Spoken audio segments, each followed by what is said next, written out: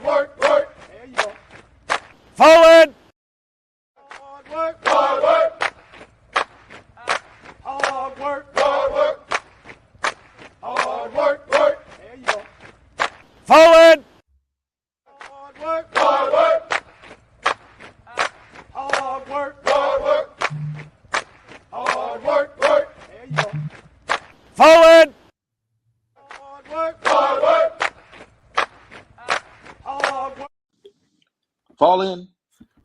Hey, what's good? What's good? What's going on with you? You know what it is. It's me, your boy Trey, the commish, and you're rocking with your favorite vets from the next first formation. As we get to talking about what's been popping in the last couple of days, as we know, just last night for those sports enthusiasts, the Navy Blue and Maize was able to accomplish a feat that has eluded them for over 2 decades.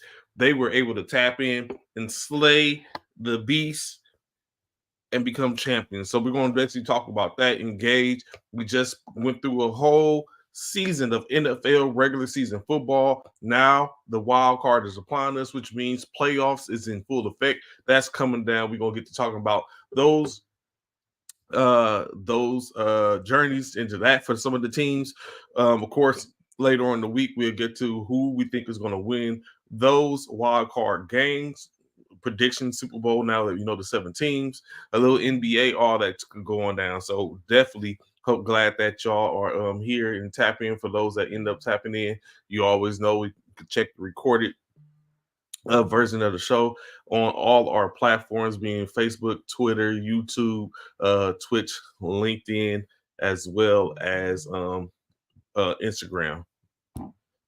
So first and foremost, last night, as I was just so eloquently speaking of, the CFP ended what was, as we knew it, as the top 4 or the 4-team playoff for the CFP. Those that know what the CFP is, we're talking about the College Football Playoff Championship. Last night's game pitted the winners from the previous 2 games, that being Michigan facing off against Alabama and University of Washington playing their game against Oregon. Correction, not Oregon. University of Washington playing their game against I don't know, it lose me at the time. What's good? What's going on, brother? What's good with you? Snowed in, man. I was just, I was just thinking about that. I was like, I have to hit up so we can find out what's going on in up there in Iowa, because I see it's a blanket of ice when it looks at the radar. But y'all good up there? Yeah, but it's about 8 to 10 inches out there right now. That's that life I ain't never been a part of. I was just speaking. If y'all hear that, if y'all hear them out there, they just them scraping and stuff, man. Y'all hear the noise soon. Oh, so they're going through and clearing the paths and stuff like that? Yeah. I'm very sure those city workers, like, this is the most wonderful time of the year when it comes down to it. So who did Washington play in the CFP? They just lost to Michigan. They played Texas. Texas, UT. I can think of UT. So UT, I can think of it. I was trying to go back. So yes, UT was Washington, UT, Michigan, and Alabama, which ended up putting them up against one another. Washington against Michigan last night. And as I watched the game, initially I was entertained because it looks like it was going to go back and forth. And then I blinked, and then Michigan was just pounding the rock left and right. And the in-state 34 to 13 point victory. Michigan wins. So as I looked at it, it came across some of the well, first of all, let me ask you, what did you think of the game? Man, I thought it was not as good of a game. It was disappointing. It wasn't good. Disappointing. It was more entertaining than last year's championship. Probably by score only. Okay. But the fine details of the game, Michigan dominated the game. Like Michigan was the better. They was just the better team. Like I didn't expect them to be the better team like they were, but and Penix, I don't know. He went out there. He didn't do what I thought he was gonna do. Michael Penix, 27 for 51, 255 yards passing, 1 touchdown, 2 interceptions on the night. J.J. McCarthy, 10 of 18 for 140, but of course, it didn't really make a difference what he did through the air because it was all about the ground game for Michigan. Not 1, 2 rushers over 100 yards. Blake Corum carried the ball 21 times for 134 yards with 2 touchdowns. Donovan Edwards, 6 totes, 104 yards, 2 touchdowns. J.J. McCarthy carrying the ball himself for 31 yards on 4 carries. Like I said, they can make a difference about the passing game because that's not where it was at for them. Washington's Dylan Johnson led the Huskies with 11 carries, 33 yards. Dismal. And then that high-powered, highly vaulted passing game between Michigan and Washington. With Washington just wasn't there. Like I said, 255 yards, but it really didn't. There really wasn't a connection. They was dropping the balls left and right. Penix was overthrowing the ball, overthrowing the passes, 2 interceptions, like you said. And like you just put it. I'm not gonna say that Washington was outmatched. I just think Coach Harbaugh and company outcoached them. Well, they outplayed them. It was for me. It wasn't even the coaching. It was the players. It was the players. Oh yeah, when you can run the ball like that, then you know that's player on player. Pretty 300 much yards rushing. The execution of the run game, but and I'll say this: maybe 10 years ago, Blake Corum would have been like a high draft pick, or or heavily scouted at least or whatever. Mm-hmm. 10 years ago, you know how they do running backs now, so it's not the same. But Blake Corum looked like he can be something serious. So going with what you said, right? If we take in consideration B. John Robinson, Tyjae Spears, Blake Corum he's probably gonna he could potentially still be a first round draft pick, depending on what team would need him. Like, well, I guess it depends on what team would need him, but he could still be a high draft pick for the most part. Once you're taking a look at that, coming back after a year last year, he kind of puts me in the mind of a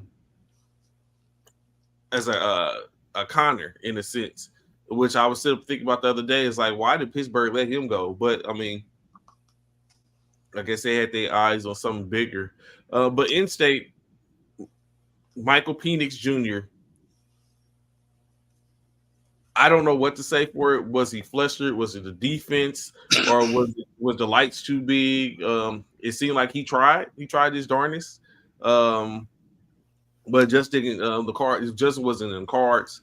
I guess when you take in consideration losing the Heisman, then turn around, you win the your bid to the game, and then get to the game and don't really show up.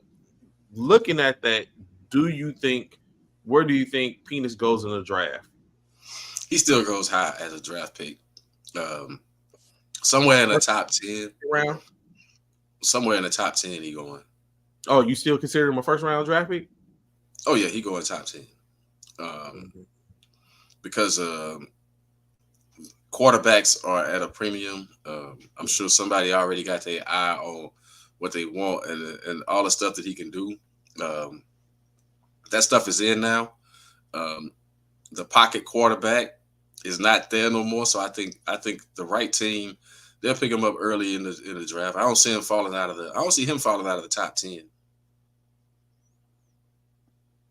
I don't know. I think You know what? Maybe I'm about to say when you look at it, but I just don't. I guess I'll quell that for when we get to into the NFL because it's just some things in which I see Well, you think about. okay, well, if he falls out of the top 10, if he's there when the Jets are drafting and the Jets don't take him or another quarterback, then what are you doing, New York Jets? I think you just watch your I think you just watch your quarterback in the CFP or this season, and he plays for the Washington Huskies. If you the Jets, I think he'll be a good fit for the Jets. Okay. What do you think about the fact that Georgia already, we just less than 24 hours the after the game, not even 24 hours, less than 24 minutes after the game, Georgia has already been coined as the opening bet favorite for next year's CFP, in which we now have 12 teams as opposed to 4. I thought about that when I first seen this, of course, reported by ESPN. I thought about it. I was like, you know what? Maybe they could be right.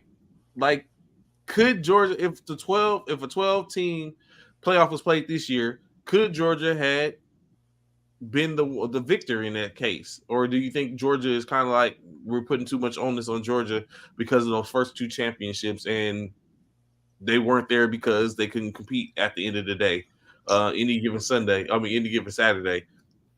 when we get But do over you our think, love, go ahead. huh? No, Go go ahead. ahead. Go ahead. I was about to I'm say. gonna say So, do you think that could be the case? The 12 team is going to really open it up for some teams, or are we going to have the usual suspects? I think it's gonna open it up for some teams. Maybe not immediately next year, but Mm-hmm. the year after that, yeah, it's gonna open it up for other teams. My problem is Georgia already. I mean, you got to take some of those, like when they bring out those things, it's just for what we doing right now. It's for talk. It's for, like early, it's just like for early fanfare, for early discussion, because none of that stuff would be concrete. We don't even know what Georgia, like who's going to be on Georgia's team next year.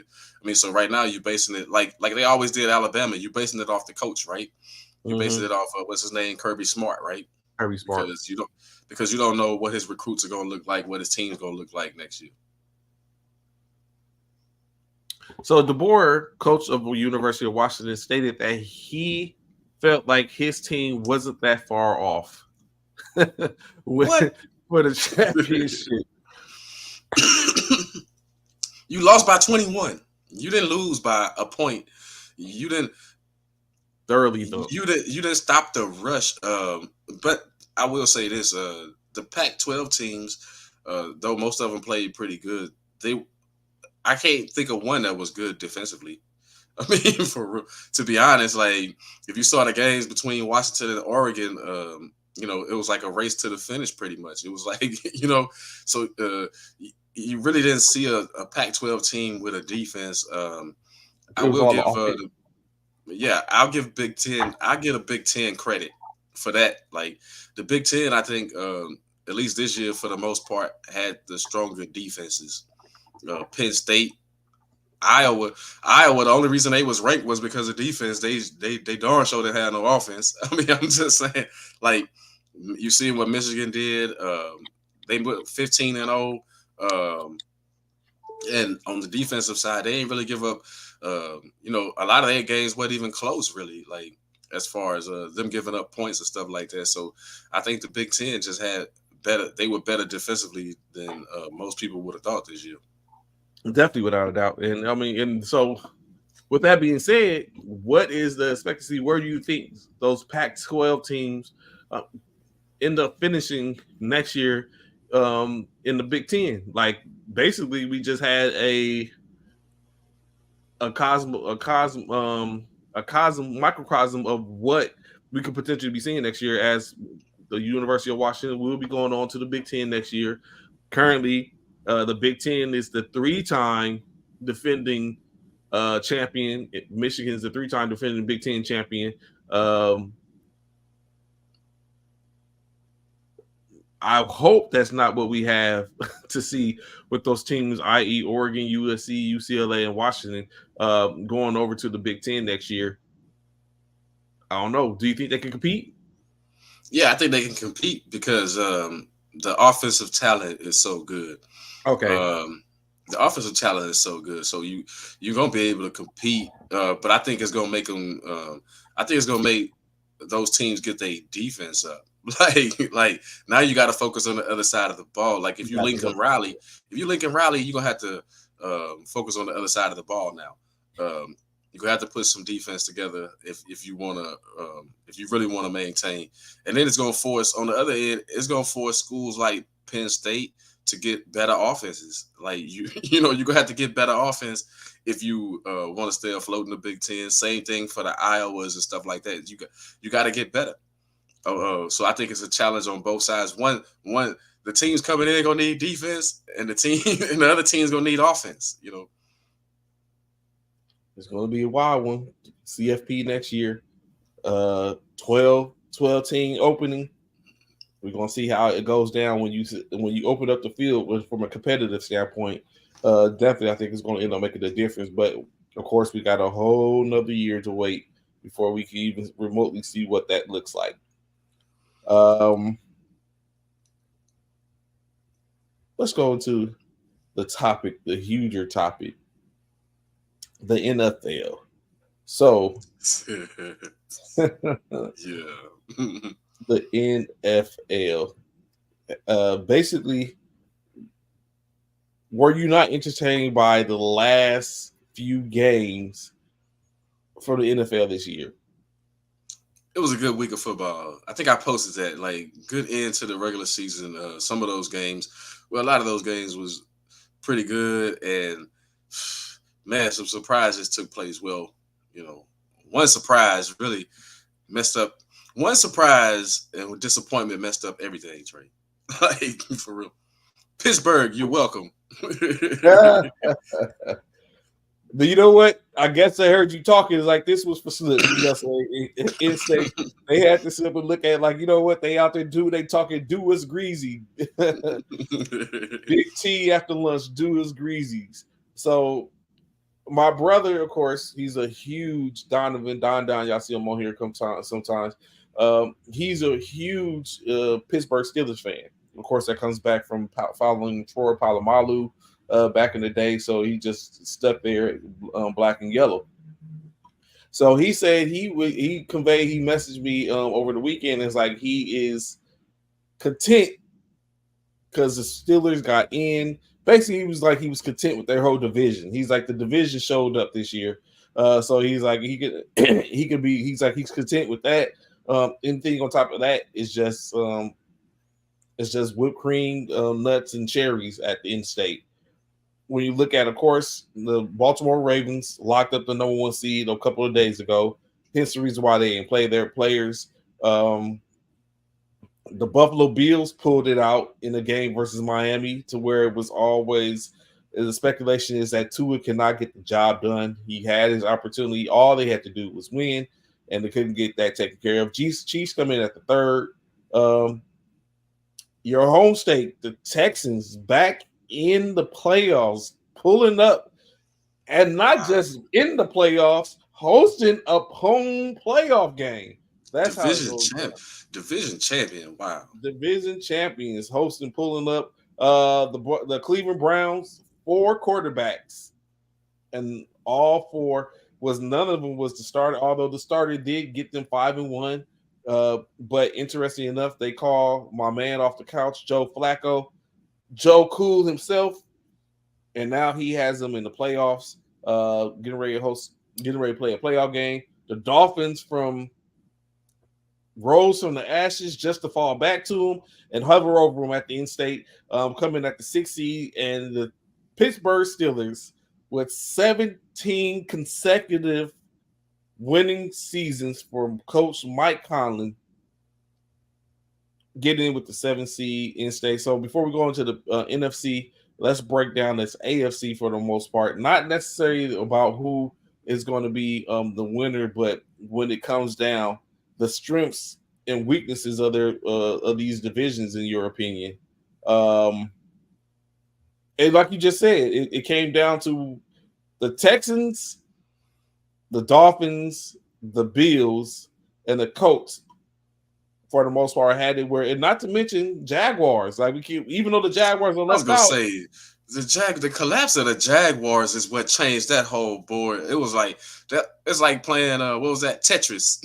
Like the Jaguars fell, and there you go, Pittsburgh. That's why I said Pittsburgh, you're welcome. Yeah. Houston won the division because of it. Jacksonville had all you had to do was win one game. One game. Against a team that's not even really that competitive when you look at it, but you got dominated by that team. I mean, it was a good game. If you saw the game, it was a close game, but the score didn't tell the story. You got ran over by Derrick Henry. Ain't hardly ran nobody over this year, but he ran over y'all in a game that you needed. In a game that you needed, you gave up 153 yards. Not only that, bad coaching. Like Peterson, I like Peterson. But bad coaching, like your quarterback looked like he was hurt or something was going on with Trevor Lawrence. You probably shouldn't have played him. And then, I mean, all the passes, he was missing wide open dudes. He throwing high, he was off target the whole game. And then, but you still had a chance. That tells you where Tennessee's at, and that tells you where your team is at. But I think you should have went with the backup quarterback one, and then. You couldn't get a running game going, but Trevor Lawrence cost you the game. Like a hurt Trevor Lawrence really cost you the game, and a defense that couldn't stop him. It was like you can't stop Ryan Tannehill, who knows he's on his way out. Like Ryan Tannehill said after the game that he knew that was the last game for him. You know, so why not? So why not get his certain milestones for his players, right? Like get them those incentives in their contracts, like D-Hop getting the bonuses and stuff like that. That's what Ryan Tannehill was playing for. So when you look at it, and you said something in which I was going to ask the question, because this morning or yesterday, Coach Caldwell, who's the defensive coordinator, was fired from Jacksonville, along with a plethora of about 4 or 5 assistants on out the door. So when you look at that, they're putting the onus on the defense, because they said that they lost 5 of the last 6 games, in which the average team score of points for was 29 points. So I mean, you can hear that, you can see where some of that might be. Look at it as it was the defense, but should Coach Peterson still be at the helm of that team, in your opinion?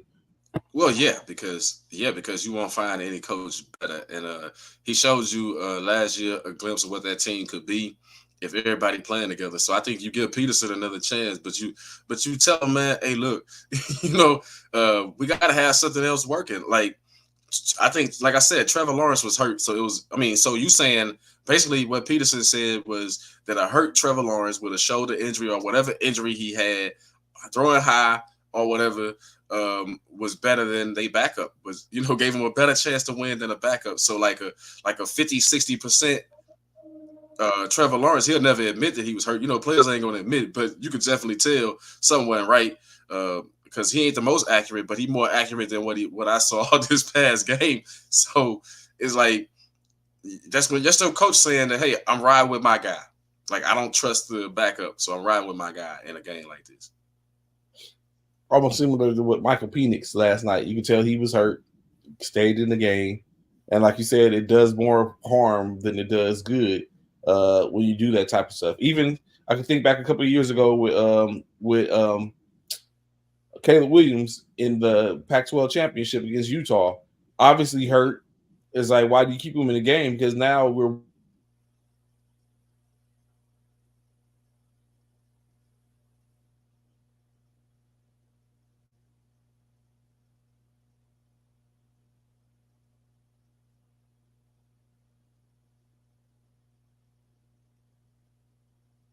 I was like, did you?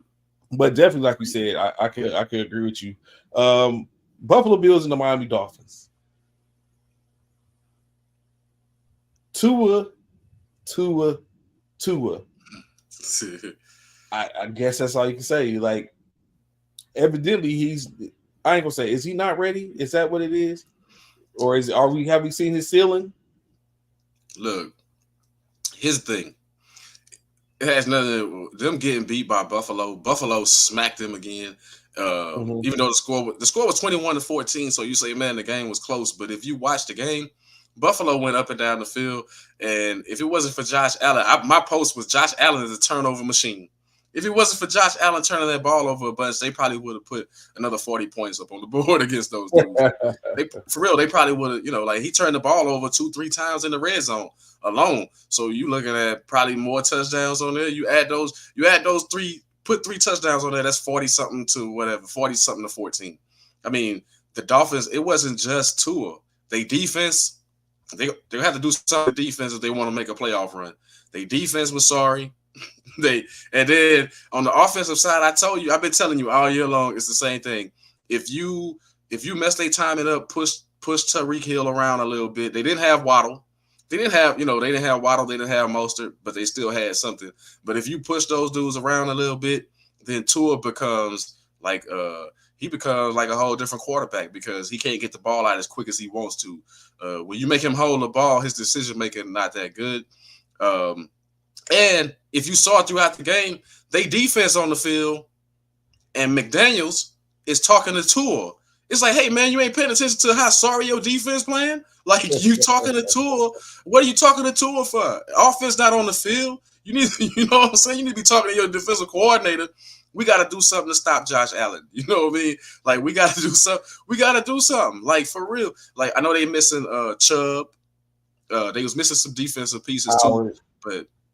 Xavier Howard, but at the same time, it's like they nowhere close to Buffalo. Like, and I thought Buffalo was dead in the water. I got to give Buffalo a lot of credit. You see the changes that they made. The changes that they made was more important throughout the season, right? Like getting rid of the offensive coordinator, switching up a little bit and starting to run the ball. Like them running the ball made a difference. Miami does the same thing every time, though. I think Miami's predictable. That's what I saw in that game. It doesn't matter about the motion anymore. They figured you out, McDaniels. They figured you out that the motion ain't fooling nobody no more. You know what I'm saying? Like, all you got is speed. They figured you out. They figured you don't want to run between the tackles. You want to run wide, which plays right into all the defenses that you're gonna face in the playoffs hand. Like all those defenses are fast. Like. Where's the running game played now? Right, pretty much up the middle. You know what I'm saying? Like in between the tackles, in between the guard and the center. That's where McCaffrey get a lot of yards. That's where all the running backs get yards, right? And it's like Miami ain't figured that out yet. They still want to run pitch the ball wide and try to hit the corners and stuff. And it's like it works sometimes with Achane, right? Like because you say, man, when he get a hole, he gone, right? But for a 60-minute game, it's like, nah, they start shutting that down, right? It's hitting them in the backfield now. So many times Buffalo was in a backfield. It's like, because Buffalo figured out, hey, you know what? They just going to pitch the ball wide. They're not going to try to run right at us. So, you're right. I mean, the same formula in which we seen for the end of the week is going to probably be the same formula which some teams come out with. Of course, we really take that into consideration. So Buffalo, like you said, we thought Buffalo was done. We was counting them out. We just knew for sure that Jacksonville was going to probably win one game and that Buffalo was going to falter at the end, but yet they continued to fight the whole season, fighting all the way back to a number 2 seed for the most part. Of course, 3 seed, like you said, Kansas City, 4 seed, unsuspectingly Tennessee Titans. Cleveland gets in there. We was talking about that. Now Cleveland's in there.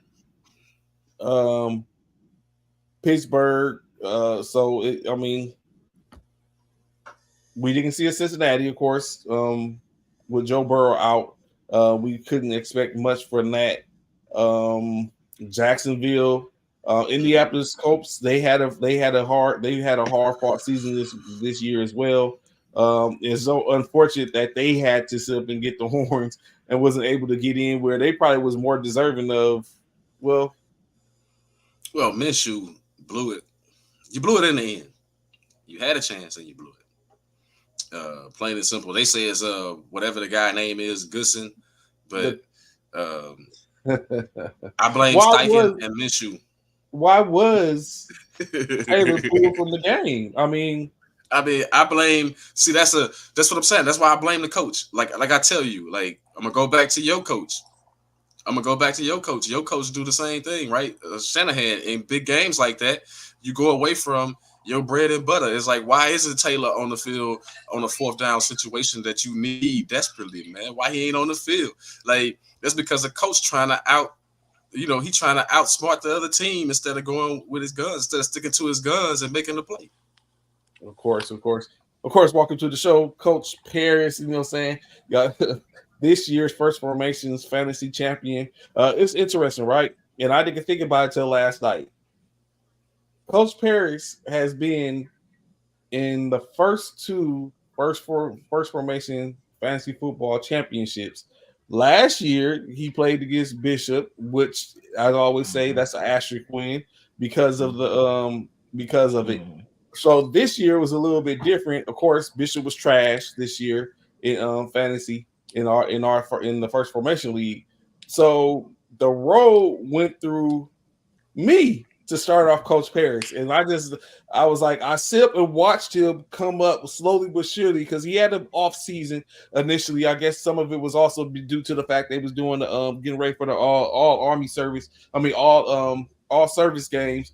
And so I was looking and I kept on watching and seeing. I was like, oh, Coach is falling off. Then he started coming back. I was like, I watched everybody. Actually, I think it was a very evenly matched season once it came down to it. Because those that was running, they shoes came off and everyone was running barefooted and it became equal. So, but like I said, the road went through me and then basically continued on and continue on and took care of business. And instead is championship. So I owe him a trophy. What's good, Coach? What's good with you? Hey man, what's good? How y'all doing this morning? Like I All right, told Bishop last year, right? See, anybody can luck up and make it to a championship once. Anybody can win one championship. Anybody can do that, right? Okay. But when you can win multiple championships and make multiple championship games, that shows you know what you're doing, right? That separates me from Bishop. So make sure I told him that he knows that, see, because he went to being trash and I came and did what I said I was gonna do at the beginning of the year. You know, I take you out. My guy Marcus in the championship game. You know, it ain't personal, it's just business. But you know, it's just Coach P doing what Coach P do. So that's all. You caught up just at the right time as we was getting into the NFC. Looking at it, you know what I'm saying? Of course, we know Coach is a huge Chicago Bears, right? So we've been having this conversation. Of course, it was dialed in. A lot of people was dialed in for the most part, talking about the conversation. So now, of course, Snook or the people's coach, he thinks Eberflus should get another chance, first and foremost. Okay. Are you in agreement with that as a Bears fan? Hell no. Why would we settle for mediocrity? If it's one thing that the Bears have been guilty of doing over the years, and that's settling for mediocrity. I'm not into giving people extra chances just for the hell of it. This is a win or lose type of situation. You either win or you lose. And one thing Eberflus has showed, especially that last game against Green Bay, when it's time to go in and win a big game and show any type of imagination, show any type of guts, he refuses to do it. This year, we lost 3 games where we had a 95% chance to win in the fourth quarter. All right. Some of that is directly correlated to coaching and him being a very passive, defensive-oriented type coach. That's not what we need. First and foremost, I really prefer offensive-minded coaches, even though you see guys like DeMeco Ryans come in, right, and do a damn good job as a rookie as a defensive coach. Bill Belichick might be the greatest of all time, right, defensive mind. For the most part, especially when it comes to developing quarterbacks, I prefer offensive-minded coach, and that's what we need in Chicago. And it's time for Eberflus to go. You know, I'd rather get my guy out there in Washington, the ex-offensive coordinator for the Chiefs, you know, give him a shot. Or, you know, maybe Ben Johnson from Detroit, somebody like that. But I'm convinced that this guy is the type of coach that our ceiling with him would be a wild card team. You know, could we go 10-7 and make the wild card under Eberflus? Yeah. But will we make an NFC Championship game and a Super Bowl and hold up a Vince Lombardi under Eberflus? Nah, that's not gonna happen. Mm. So I guess so, because I was about to bring up like he seemed to have been the wind beneath the wings of the Chicago Bears when it came down to it, because when he took over, he decided to take over the defense. He took over the defense, and now the fortune started changing. We started to see a different Justin. He took over the defense because the defensive coordinator that he had hired got escorted out of the building. Yeah. And we still don't know exactly what the hell happened there. It was reports, there was a raid at Hallis Hall, and nobody really knows what happened. I'm sure it'll come out one day. That coincided with Javon Brisker coming back. Jalen Johnson came back from his injury. Kyler Gordon came back, right? And then we make the trade for Sweat. Okay. Edmonds was a nice signing, along with the other linebacker there, Tremel Edmonds from Buffalo. Then we signed KJ Edwards from Philadelphia, right? I believe that's his name, right? Yeah. So, I don't think it's like he sprinkled any magic dust. I think it's just a matter of the team actually getting healthier. Because like I said, when he took over is when the defense started to get healthy. And those guys, Brisker and Gordon, were second-round draft picks. So, they started to play to their potential. And Johnson is a Pro Bowl cornerback who we have to resign. Eddie Jackson can go, and we still don't have no other pass rush. So, the defense did play better, but I'm not going to give him a cookie for that. Because like I said, I just have no faith in the guy at all. So Mitch, I want to see if you and Snook have the same mindset when it comes to this. Does DJ Moore get a cookie? Yes. DJ Moore, bad boy. Look on Cornelius' face. No, man. Go get y'all some real receivers and then build from there. Like this DJ Moore guy. I mean, DJ Moore is not, he's not that guy, man.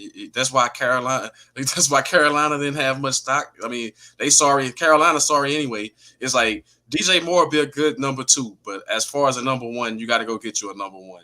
Go get you a stud receiver at number 1. You could probably get one out of the draft. You're gonna need one if you're gonna try to build a championship team in Chicago. DJ Moore, he plays all right, but he's not that, man. He's not that. Like, receivers get off no matter who's the quarterback. Like, if you're a good receiver, that's true. That's very true.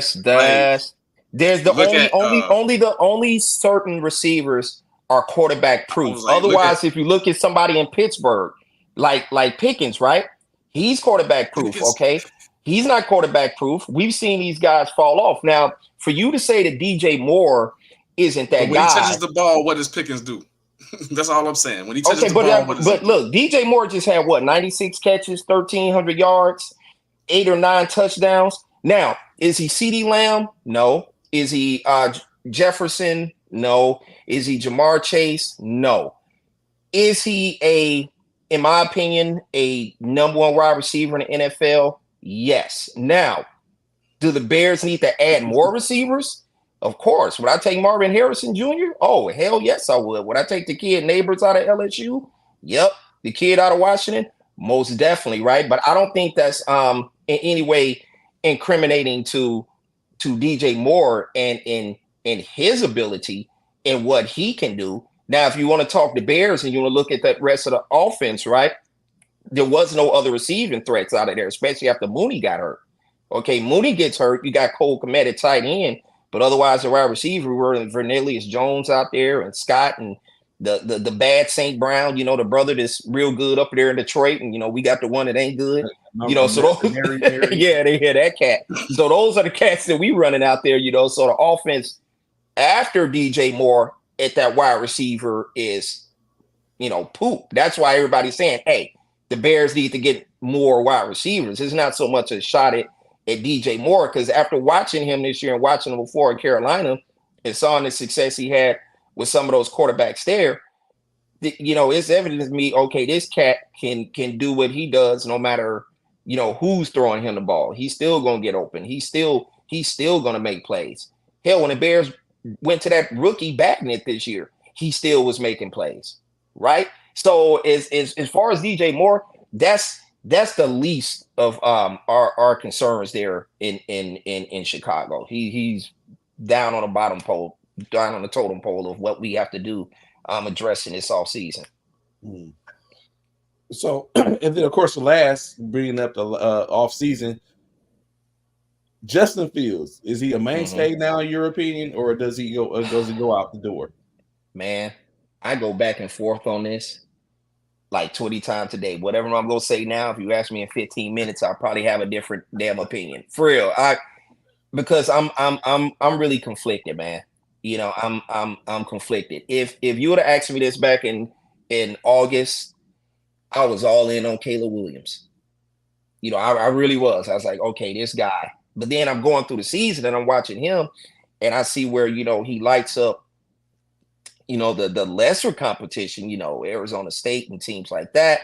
But then when you play, you know, Notre Dame and teams like this, we don't see him perform. So, you know, what is that? Is that Lincoln Riley being Lincoln Riley? Some of that is. Honestly, if I'm the Bears, I got a lot of evaluating to do. Me personally, right now where I'm at is I keep Justin Fields because I still know what else we need on the roster, right? I still know that we need another end. I know we need another tackle. We need a free safety. We need 2 linemen. As my man here brought up, another wide receiver, right? I don't like what we got at running back so far. So there's still talent that needs to be built. I would trade that number 1 pick. I wouldn't go no further than 3. Try to get it, you know, of course, get the 3rd, get a 2nd this year, number 1 next year, and a veteran player off that team and target Marvin Harrison. That's really what I would do. And I would still have enough draft capital moving into next season that if I needed to, I could package that and then move up and go get a quarterback.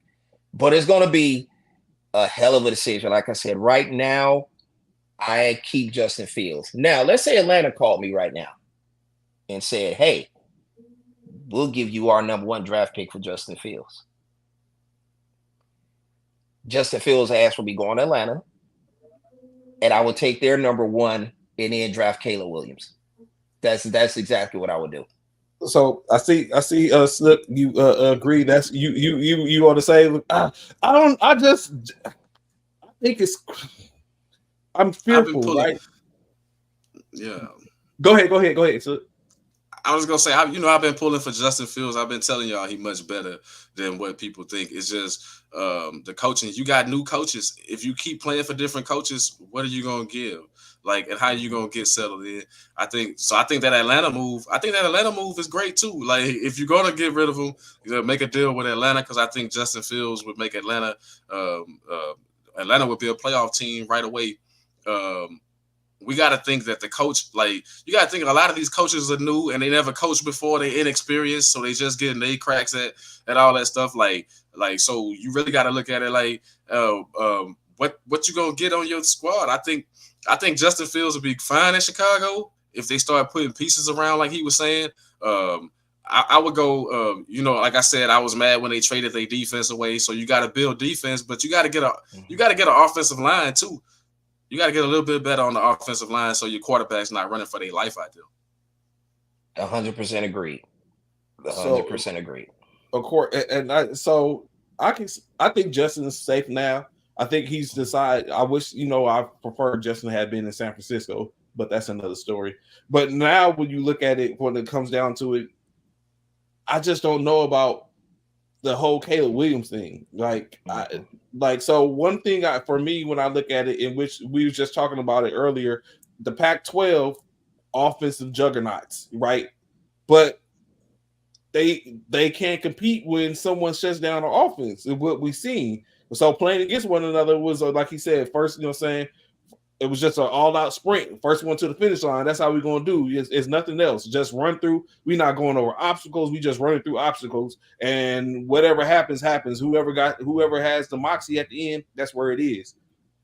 We seen it last night, Pac-12 versus Big Ten, offense versus defense, and we saw what happened. So looking at that, that's the Pac-12. So like you was just saying, Caleb against Arizona State, you got to think Caleb against Arizona was almost a debacle. because when they started tapping in, and Arizona started reeling them in. But then, like I said, Notre Dame, Washington, Oregon, it was offensive games until the defense was able to show up, and then you're saying so some of that and all that wasn't necessarily on Caleb. But I'm just, in my opinion, I don't know how y'all feel. I just don't trust Lincoln Riley quarterbacks in the NFL at this point. I agree with that. So that's why I look at, like, is Caleb really the guy for, I know he's a Heisman Trophy winner. So does Jaden McDaniels. They said Jaden McDaniels was at the Las Vegas Raider game just this past weekend, as he was someone that played for Antonio Pierce before in college. So I guess we're starting to see a look there. Is that a possibility? But then on the flip side of that, as I listen to y'all are really in agreement with the quarterback carousels. Like, some of these teams, they even 3 or 4 years removed from having a quarterback. Is that what we are, where we at now? You either got one or you don't. And you know what I mean? You either got one or you don't, and if you don't, you always looking for one. So and that's why teams are always scrambling. That's why a guy like Russell Wilson, you can say what you want to say, but that brother's going to be in high demand this offseason. It really is going to be 4 or 5 teams that's lining up to get Russell Wilson, because, the quarterback, I heard something on the radio this morning. It was actually on the NBA channel, and I agree with him. The quarterback position is the single most important position of all professional sports. Baseball, basketball, football, it's the single most position of all professional sports. And if you get it right, you can set yourself up for a decade. You get it wrong, you can spend 10 years trying to fix that. I mean, if you look at Frisco, just think what they did with Trey Lance. If they wouldn't have luckily had Brock Purdy, that thing could have turned out completely different right now in San Francisco, right? Russell Wilson in Pittsburgh, yeah, I can see that happening, definitely. So, yes, that position is that important. That's why teams are always scrambling and always trying to get better at that position. So, yeah, I support the carousel that we're going to see coming. So look, Cowboys, Dak. We can presume Dak is safe. They finally take McCarthy off the hot seat, I guess, for now. Justin Fields, Brock Purdy. Did I not say that I wanted to see Sam Darnold start that game so that way we can see what we got, because we need to know if something happened to Brock Purdy again in the championship that we have a backup. I don't know, but you got to take into consideration none of our offense was like none of the Pro Bowlers played, and Darnold was left with a skeleton crew in state, and we still was able to compete against a Los Angeles Rams team that had their people there. But I know we've had a conversation where we asked, you said that Dak didn't start playing until Trey Lance got there, because now he was going to be pushed. Do you think that someone else needs to come in this offseason to continue to do that, since we're talking quarterbacks?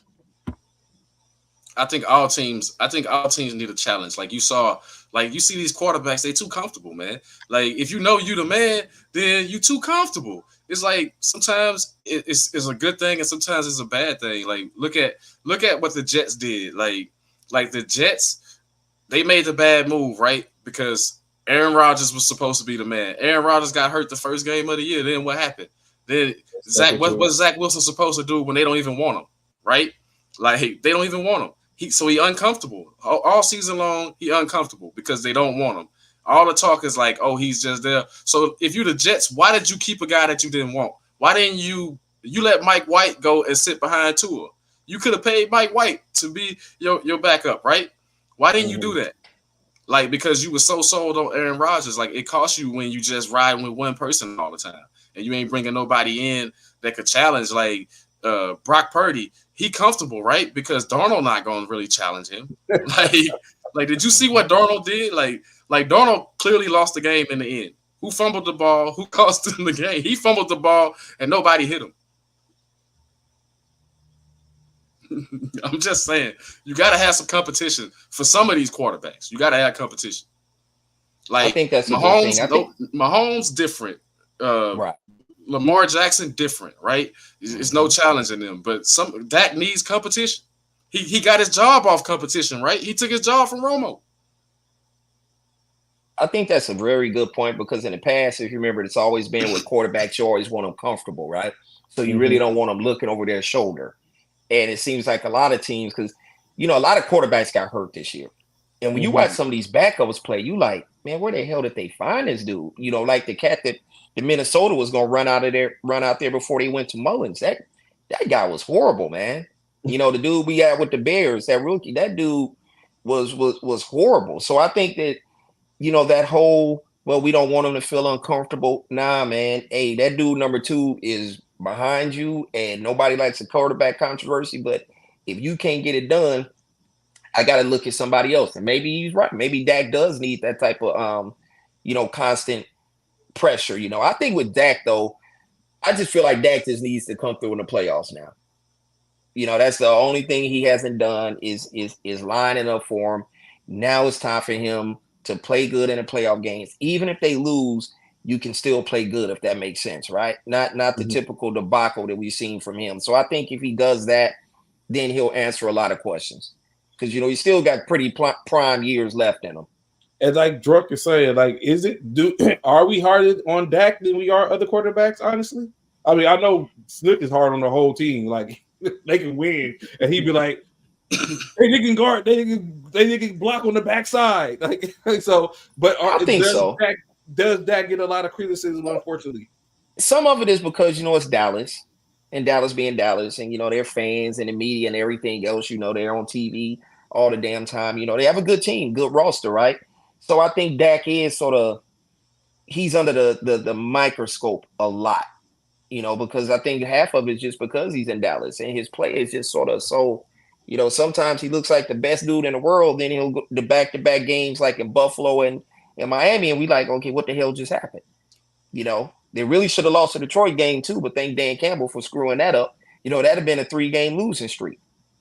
So those are the type of letdowns that you see from Dak. But then Dak is the same dude. Over a month, he'll go 12 touchdowns, 0 interceptions, average 310 yards passing a game for a 4-week stretch. So that's what we always seen from Dak. Everybody knows he's a talented quarterback. That's obvious, but can he get it done when it matters most? So we're about to find out now, because we really should have San Francisco versus Dallas in the NFC Championship game. It should be nothing standing. It should be nothing standing in the way of that one. So a lot of questions going to be answered that day about Dak, Purdy, and number 11 over there on Dallas, who likes to do all that talking. So we're going to find out. I like our chances, but we have historically, especially recent history, we've had trouble with this Green Bay Packer team. That y'all good. So y'all good, bro. Green Bay. Nah, y'all good. Y'all good. Like, Green Bay defense soft. Nah, y'all remember they beat us. They was soft. They was soft his rookie year, and they came in our house and beat us. And then, I mean, I'm just saying, y'all good.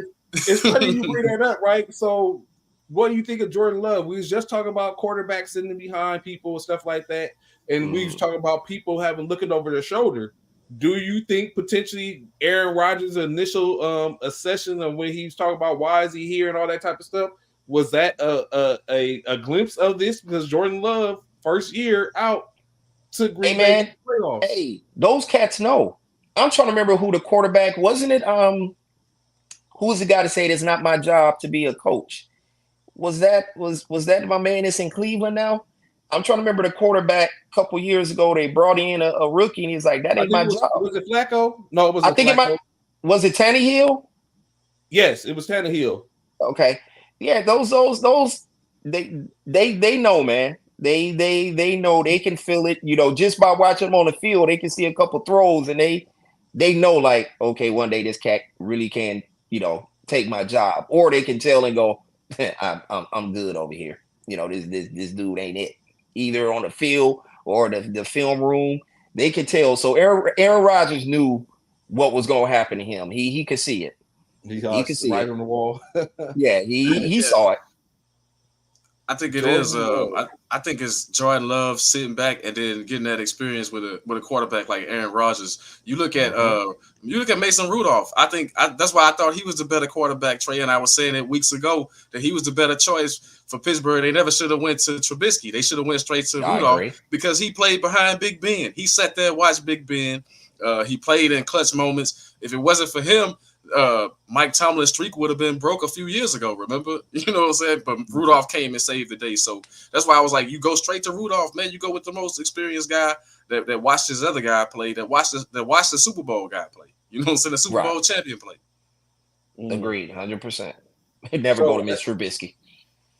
Well, I think because I'll be honest, I thought Trubisky was going to be great in that position. I thought he was going to be one of those like Jeff Garcia, Fitzpatrick, Trubisky sucks, man. Quarterbacks. Nah, he sucks. I thought he was going to be one of those type quarterbacks. Like, hey, we keep him. He's our wild card. And Trubisky shows that, of course, like you said, probably a little overrated coming out of college, coming out of Wyoming, and just didn't have it. I thought it was just he didn't have the proper upbringing in the NFL because he went through a bunch of coaches and whatever case like that. But I guess Chicago didn't take care of business when they drafted him. They can do their due diligence, and here we are. Trubisky wasn't the guy. I see Drunk said Trevor Lawrence. Is Trevor Lawrence a bust? Is that what it is? No. That's too far. I'm expecting, honestly, with Trevor Lawrence for us to hear over the next couple of days that he's gonna have some type of surgery. Because when he came back, he did not look right. Now you got to remember last year, Trevor Lawrence orchestrated the biggest playoff comeback, well, second or largest, right? Maybe Buffalo and Houston, versus the Chargers. I definitely don't think he's a bust. Definitely a franchise quarterback. He just might not be that number one Hall of Famer type cat that he was projected to be. You know, he might be more solid than great, if that makes sense. You know, moving forward. That's what I see from him right now. I just think Trevor hurt right now. That's all I saw. I told you that earlier when we were talking about the game, and them collapsing. Trevor not healthy in a meaningful game. You saw he was overthrowing.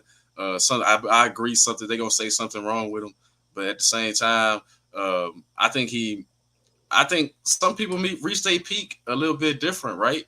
Like Marino. Like he was a rookie, right? Dan Marino was a rookie, and he probably went to early on in his career. He went to the Super Bowl, but he never made it back. You know what I mean? Right. I think Trevor Lawrence won in college. That might be his peak right there. College might have been his peak.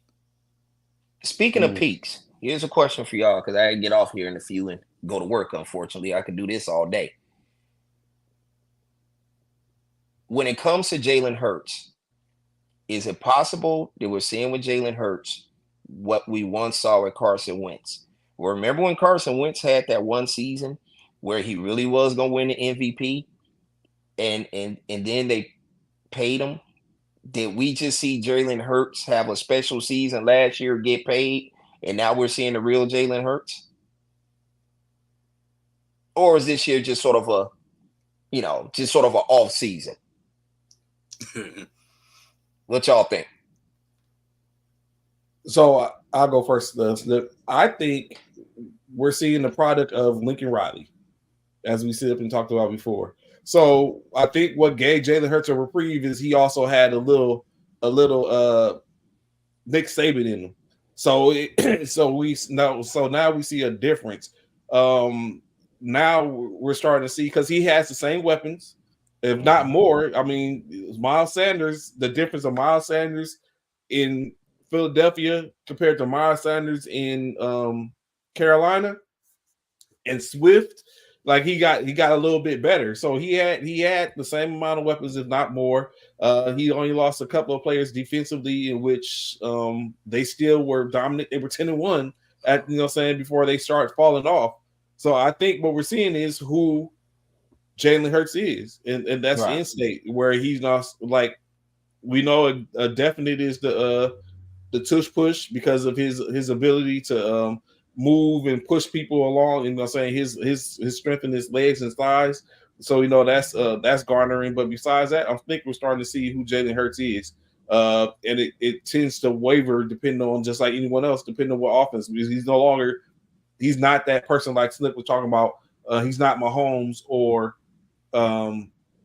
Lamar, because we know what we got in them. Now it's really predicated upon who he plays against. You know, I already told you in about I already told you, Trey, in about 4 years, we won't even be talking about Jalen Hurts no more. I already told you that. I think that's Carson Wentz type game, right? I told you that already, because you can see it coming. You can just see that you made a good Super Bowl run, but you didn't do it. Like everybody was overhyping, like they didn't do it really passing the ball, man. Like he throwing it to one person. He just throwing it up to AJ Brown and go get it. You're not gonna have AJ Brown forever. You're not gonna have Devontae Smith forever. Like you're gonna have to make some plays other than just running. You're gonna have to really show that you can throw the ball in the league. And I just don't think Jalen Hurts is that person. You saw it last year, but he was able to pull it off last year because they had a better team. This year, your team is not as good, and you see the struggles. And so even going back, right, I would say, because I look at what some Drunk said, he's like, that's a question that I want to believe that Hurts is better than Wentz. What I will say is, I think Hurts is done on the Eagles. Of course, it's always it's a new dawn when you go to another team, and then that's where we start to see, are you the same person? Tom Brady got my respect when he went to Tampa and did basically what he was doing in New England. So it's like, okay, you want a whole different squad, different scenario potentially. So I think that's the same thing. Carson Wentz, we seen Carson Wentz do Carson Wentz when he was in Indianapolis. They had an opportunity. He messed up. They didn't go to the playoffs. But I was hoping that San Francisco was going to pick up Carson Wentz off waiver rosters to sit up and sign him. I would have took him because I just believe that he has something in the tank. He took Philadelphia to a championship. I mean, to the NFC where he started. He put them in position to go to the Super Bowl. Then they end up becoming Super Bowl champions. He comes back the next year, things are off, and then he starts getting bounced around Washington, Indianapolis, and all that type of stuff. I think now he's in Los Angeles with some weapons. If Stafford ends up going down again, they still have a chance with Wentz, more so than San Francisco with Darnold at this point, in my opinion. So I just think that it depends on where they're at, and that's the situation. So Hurts doesn't have what he had when he was victorious last year. His offensive coordinator and defensive coordinator both left, and if you let Bishop tell it, Sirianni isn't that good as a tactician. So he's left with what he's left with. All right, well, fellas, I got to get out of here. We're not gonna listen to none the Bishop got to say. I'd love to come back so we can talk about the Lakers, and so I can make the whole basketball community mad at me, because I got some stuff to say about them dudes, especially that LeBron James, want to be GOAT cat. But we'll say that for another day. Yes, sir. Appreciate you coming on, Coach. Thank you. All right, you fellas have a good one now. Okay, thank you. So looking at that, I just think that, like you said, Wentz, I think is in Philadelphia, and it could be, like you said, because the lack of what he had last year, as far as offensive coordinator, defense coordinator, the continuity, and I think you said it earlier, you can't do that when you got to continue running through coaches and stuff left and right, and you every time you turn around, you got a new offensive coordinator or you got a new head coach, and you got to learn their system again, and then you got to continue wonder about the fact of people saying you're not getting it done. Now you got to start looking over your shoulder because they bring in a second round or a third round or even a first round pick. In some instances, like that starts to bother. It's a whole conglomerate of things in which takes at it. Well, so I think that could be it as well. Let's put it in like let's put that more into what we see. Like what you see from Philly. It's simple, and I see that question. So we blaming Jalen Hurts, not Sirianni. I know it's enough blame to go around, right? But that's what I was going to get to, is that a lot of times we talk Brady and Belichick. That's head coach and quarterback. That's quarterback and head coach. So it doesn't really matter. Look how many offensive coordinators they had in the 20-something years they was together. You know what I'm saying? Like O'Brien, from O'Brien to McDaniels, you know, quote unquote quarterback coach, all this different stuff. But anyway, my point is, none of the coordinators really, you know, sometimes the coordinators make a difference, but it's about you still gonna coach the head coach's philosophy on offense, whatever coordinator you get. Like they might scheme up certain plays, but it's still gonna be what the head coach wants, right? And what you're starting to see is that Sirianni brings in a coordinator now that wants Jalen Hurts to be in the pocket a little bit. They agree that Jalen Hurts run the ball too much. You're not going to survive in the league running the ball all the time, RPOs all the time. That's not going to make it in the NFL. You see quarterbacks, or you seen it happen. RG3, you seen a lot of quarterbacks get taken out. So I think now it's just about Jalen Hurts learning how to play the pro game, as far as reading the field, as far as getting better. He was able to cover it up. Like I said, he able to cover it up when you got an AJ Brown and you just throw it up and say, go get it. Go get the ball. You know, but now this year, AJ Brown ain't catching a lot of those 50-50 balls like he was last year. You know what I'm saying? Like, and then it's like I told you, Jalen Hurts, he look at one guy. He don't even look at Devontae Smith half the time.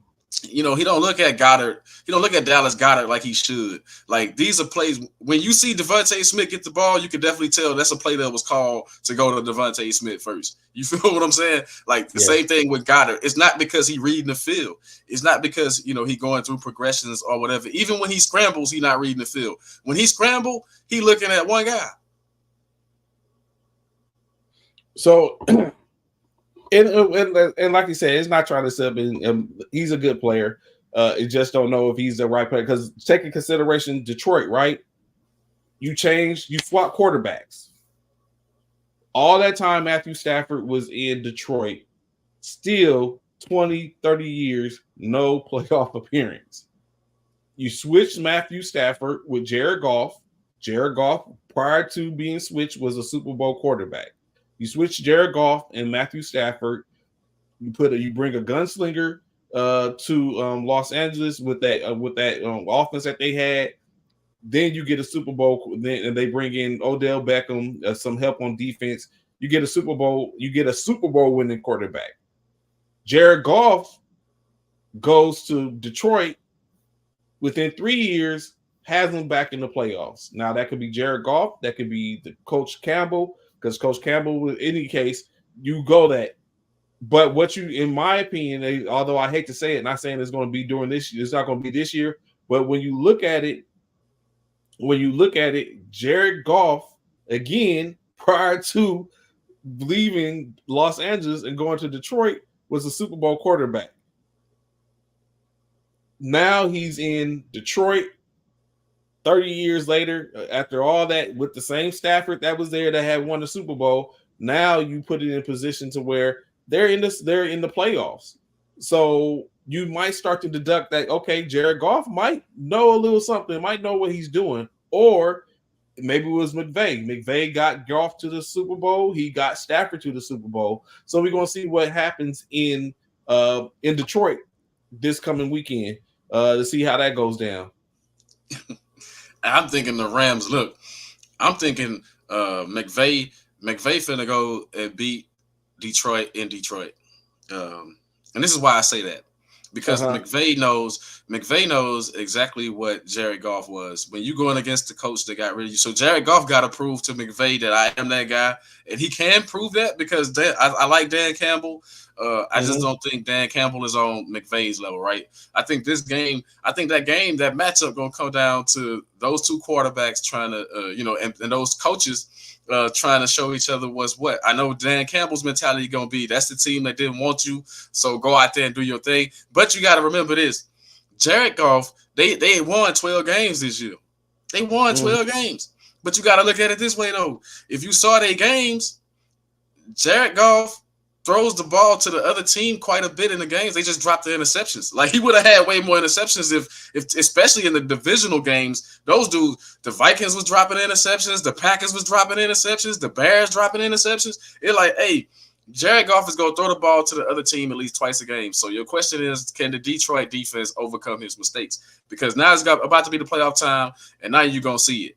Now you're going to see teams going to hold on to it. Like, like McVay already knew that, though. McVay knows that this guy, same thing with Stafford, right? The only thing that makes Stafford better than Goff is that Stafford has the better arm and can read the field a little bit better. Mm-hmm. Those two things are what separate the two quarterbacks, but they pretty much the same. Stafford is going to give the defense a chance in every game. And so, you know what? You might be on. It's just like he said. Goff did throw a nasty thing. So, but it's funny. And so, because at one point, Jared Goff was on. He hadn't had an interception in over 300, 400 snaps, and then all of a sudden he gets one interception, and then the floodgates open on interception season. So I'm not sure. He's a different quarterback when he doesn't have St. Brown. But I mean, Laporta picks up for that. He has a key, and then he has a juggernaut. Laporta hurt, right? Like Laporta might not even play in the playoffs, right? Yeah, he's not playing. You're right. So that's going to be costly. I don't know. So Laporta, do you think Laporta is going to be costly? Because when you look at it, you don't have Laporta, but you got a 1-2. You got haymakers in the backfield, even though they don't run them at the same time. But you're gonna try to run up the middle. You're gonna try to run at Aaron Donald. Aaron Donald's a little bit better against the run than y'all think, man. You gonna run at Aaron Donald? I don't know. You know what I'm saying? I don't know. We're gonna see. Goff is a clean pocket. Really, Goff only starts throwing picks when Jameson Williams comes back to be options bad for his mediocre quarterback. Yeah, Laporta's hurt, so the expectation is Laporta's not going to play. You get ready to go against Aaron Donald, an experienced Aaron Donald. I think, you know what I'm saying? I'm just saying you're gonna run the ball against him, how's that work out for Christian McCaffrey? I'm just saying, you see them twice a year. How does that work out for Christian McCaffrey when they try to run at the Rams? My thing is in that game, this is what I'm saying. Dan Campbell liked to run trick plays. McVay liked to have a couple of tricks up his sleeve. I think the team that's going to lose is the team that starts breaking out the trick plays. I think that's who's going to lose. For real. Of course, right now we're talking about NFC. When you look at the NFC playoff picture, of course, you have the 49ers that starting out at the 1 seed, basically waiting to see who wins. At the 2 seed, of course, the Dallas Cowboys were able to get back to it. So, yet again, here we are, 16 years in which there has not been a repeat champion in the NFC East. Is that a good thing? Is that a bad thing? I don't know. The Detroit Lions finally were able. We watched the progression over the last 3 or 4 years for Dan Campbell. Since Dan Campbell took over, I thought at one point Dan Campbell was going to get fired, but I liked his moxie and what he brought to the table. And basically, he did what he set out to do. The Lions, division champions in the playoffs, was pushing for a 2 seed until they pooped the bed against the Cowboys, in which basically put that, but they was already a 3 seed regardless. The Buccaneers crept in, got lucky because I think they got lucky because they played Carolina. Had they played anyone else, I think we'd be looking at the New Orleans Saints in the playoffs, just as I predicted. The Philadelphia Eagles, 5th round, fifth pick, 5th seed, put them in basically where Cowboys, as we had Snook and who was that we had on the other morning? That basically BA that was talking about how they was fine with being the 5th seed because whoever came in the 4th was going to be easy money. And then of course the Rams face it off against their as they said, the script writers concocted this perfectly. The Rams face it off against the SWAT quarterbacks, and then Green Bay it comes in, got in which we thought it would have maybe been New Orleans or something like that. It is what it is. I guess at this point we'll see when it comes down to it as they get ready to go in. So thinking of Green Bay, right, and talk about New Orleans, I had a question. What did you think about Jameis Winston's actions this past Sunday? Man, okay. we talking about something that's irrelevant in a game that don't even matter, right? So the whole hype is just, oh, they broke the integrity, whatever. What is integrity between two losing teams that's going home anyway? Like, I think it's blown way out of proportion. I understand, but you got to look at it from the standpoint of, I told you Dennis Allen should have been fired last year. They don't have no respect for the coach. You don't do that on a respectable coach. But those people that's going in on Jameis Winston talking about, oh, he should be cut, and now you see why he a loser and all this type of stuff. Man, come on. That's a little bit overboard. I mean, was it a poor decision and poor taste? Yeah, but it's not that extreme. And plus, he a backup quarterback. Like, when is he gonna start again? Like, for real. Like, so he gonna be a backup quarterback regardless. That's what you get when you using a backup quarterback. That's what you get when you put in all your substitutes. Like, they wanted to get a guy a touchdown, but I guess because I don't, but I don't see the point of it. It wasn't going to make a difference. Like, you want to get this guy a touchdown because he led the league in touchdowns the year before. It was no incentive. It wasn't like he was going to get paid. So take the knee, man, and get out of there. So my biggest quarrel I have with it is I didn't send that play in. Why are we running that play? You know what I'm saying? Like you said, even if it was specifically, like, even if it wasn't like we said it was, they would already beat him to a pulp already. He was just supposed to come in and take a knee. In state, like you just said, I said to do this. In the moment, we could have had a conversation about, okay, hey coach, but I want to get Jamal a touchdown. Can we? And then we could have had a conversation where I would be like, okay, yay or nay. You know what I'm saying? Let's do this. But to blatantly disregard what I told you as head coach, you're the leader of this football team, and who tells you when and what to do, is the only core I have with it. Like Drunk was saying, to give him the, give him that, or let him get a touchdown after he just had a monster. I mean, a season last year that's basically pale in comparison to this due to his injuries and stuff like that. And he's basically gone 16 games or whatever amount of games he went without having a touchdown that he played. That's a discussion to where if once I sit up and told you go in and take the knee, you could have sit up and said whatever.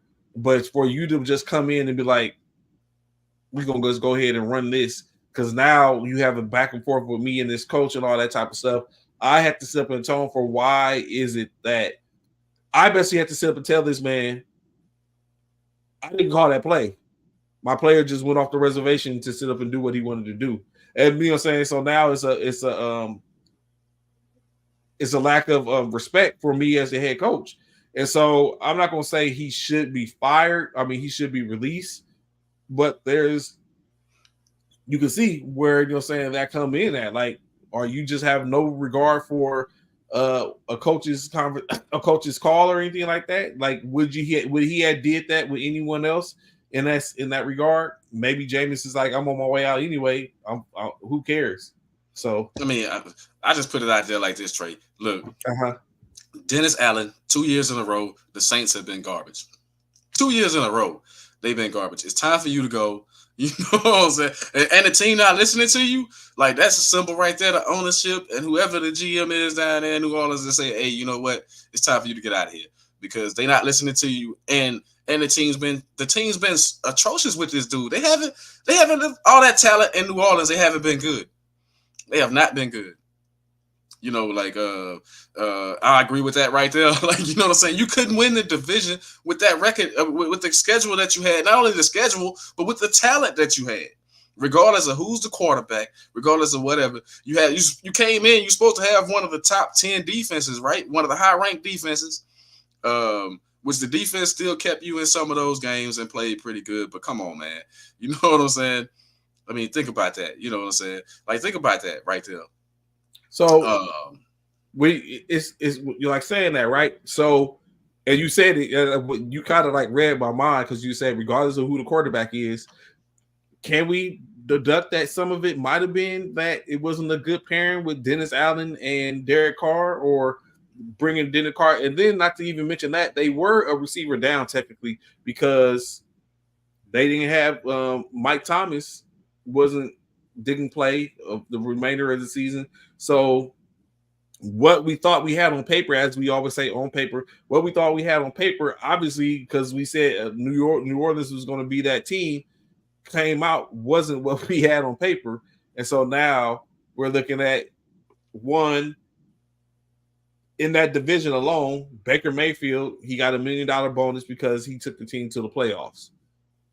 Derek Carr looking like he wasn't the key one, so now we're even bringing up the fact of maybe we could have a situation where Jimmy Garoppolo or Russell Wilson could potentially get to New Orleans now and trading Derek Carr out of there for what we think is a better fit. Desmond Ridder and them, same thing. They on the same thing, even bringing in another quarterback. And I'm very sure you wouldn't remove Desmond Ridder. He's still on the rookie side contract. So you keep him in the seat to sit behind these quarterbacks and maybe stay a part of the organization. Some of what they did with Zach Taylor. And then in Carolina, there just wasn't any weapons to put around Bryce Young, let alone the fact that he was a quarterback. Hell, a new rookie quarterback. Second, he's in state. He's going to go through three coaches in 1 year, because now they have to bring a new coach, because he went through the first coach, the interim coach. He was that Reich, and then they brought in the interim coach, and now they're going to bring in another coach. So he's already going through three, which means he's probably going to go through another set of coordinators, because now they're going to bring in their people, another process. They might sit up and go through another situation where they determine who it is we're going to bring in. So it's just all the whole breakdown debacle. But is it Dennis Allen, Derek Carr, or just a conglomerate of all that? To me, it's the head coach, because come on, man. Like, look at it. Nobody had Baker Mayfield doing anything with the Tampa Bay Bucks winning that. The Tampa Bay Bucks won the division for the third year in a row, and in the last 2 years. Last year it was a losing record. This year is barely a winning record. You got to look at who you play. If you would have told me, I don't like Derek Carr, but you can't tell me that he wasn't a better choice out of all three of those other quarterbacks that you named. If you would have told me Baker Mayfield started for the Bucks before the season start, we wasn't talking that noise, right? We said Derek Carr, he at least can get this job done. With Desmond Ridder starting for the Falcons and a young Bryce Young, come on, man. It's supposed to be Derek Carr. So I don't blame, Derek Carr he took a lot of, he was injured a lot. He took a lot of hits, but Dennis Allen to me is the guy, man. He was the problem as far, you got Olave, you got talent. Like, despite Michael Thomas being hurt, Kamara was healthy most of the season. You know what I mean? Like, your weapons was there a little bit, but you're not gonna play Jimmy Graham up and down the field most of the time, right? But here's my thing. Here's my thing right here. You're not playing winning football when you need short yardage or short passes and Graham not on the field. He only on the field in the red zone. That's all I'm saying. You feel what I'm saying? I need 3 or 4 yards. That dude's on the field. You feel what I'm saying? That's coaching decisions. All that stuff is coaching decisions, man. When you look at it, Trey, it's like he made bad choices. You know what I'm saying? And the defense was like, hey, we can only do so much if you're not going, if you're not going to help us out sometimes and make better choices. So, as we're sitting up and talking about Allen and all of them, what we do know is presumably 10 head coaches were on the hot seat. And out of them 10 coaches that was on the hot seat, currently 2 of those coaches are done. So, what I would like to do is go through these other coaches to see what you think. What is your take on them? Are they, are they done, or do you think they stay? Do they move on, or whatever case like that? So we already know one. Arthur Smith was fired. He's gone. Good riddance. And then of course the other coach that was fired was Ron Rivera. He's gone in. Told you that was gonna happen. You knew that one. I told you that. And you know what? I heard you when you said it, but I was like, oh, they ain't gonna do that with Ron. No, they did that with Ron. Ron is out the door as well. So with that being said, next, Eberflus. You think he's done? No. Like I said, I think they're gonna give him another chance because he a young, he a new coach, and you saw glimpses of what possibly could be if they get more pieces. Okay.